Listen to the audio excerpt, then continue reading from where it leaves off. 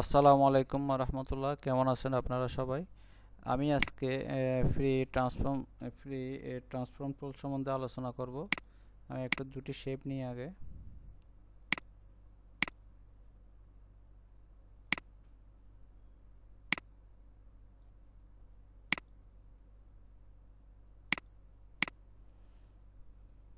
এখানে free transform tools, এই টুলসের আন্ডারে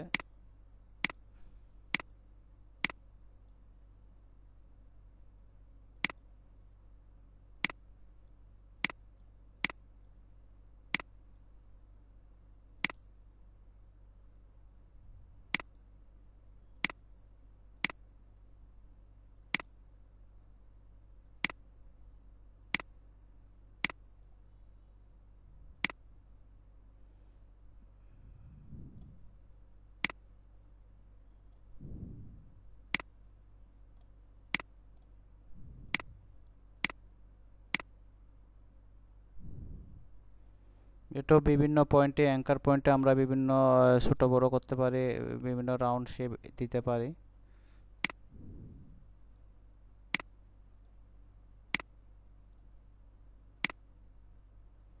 আবার এখানে পয়েন্ট সরাই আমি এখানে রোটেট পয়েন্ট অনুযায়ী আমি রোটেট সিলেক্ট করতে পারি। পয়েন্ট অনুযায়ী আপনারা পয়েন্ট অনুযায়ী রোটেট সিলেক্ট করতে পারেন। পয়েন্ট এখানে যেখানে ক্রিয়েট করবেন এই পয়েন্টে সেখানে সেভাবে রোটেট হবে। আবার এখানে থ্রিডি শেপও আমরা দিতে পারি, চাইলে বিভিন্ন থ্রিডি শেপ আকার দিতে পারি।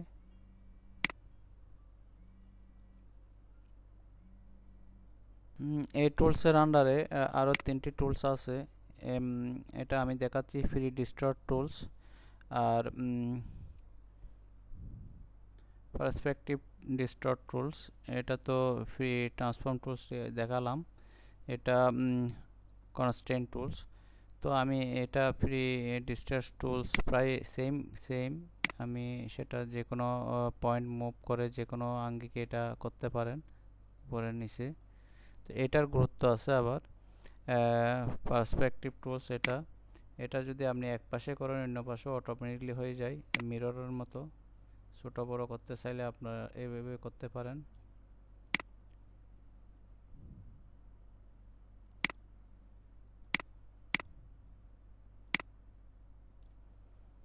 সিলেক্ট করতে হবে এটা।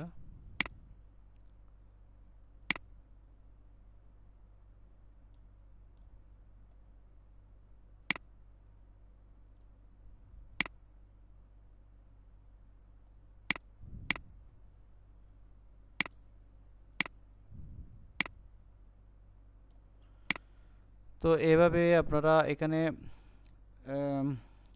ট্রান্সফর্ম টুলসের আন্ডারে তিনটা টুলস আছে, ফ্রি ডিস্টর্ট টুলস, তারপরে আছে পারফেক্টিভ টুলস, তারপরে আছে ফ্রি ট্রান্সফর্ম টুলস, তারপর আছে কনস্ট্যান্ট টুলস। এগুলি প্রায় সেম। আপনারা বিভিন্ন এখানে দেওয়াই আছে, শেপগুলি দেওয়াই আছে, এখানে আপনারা শেপগুলি দেখে দেখে প্র্যাকটিস করতে পারেন।